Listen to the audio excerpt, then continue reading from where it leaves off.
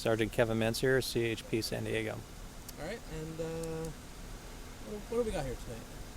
We received a call of a pedestrian that was laying in the shoulder of the road. When we arrived, we found a pedestrian that had been struck by a vehicle. There were no witnesses. We have no information currently as to who the suspect is.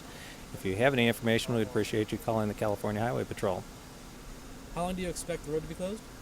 Approximately an hour and a half to 2 hours.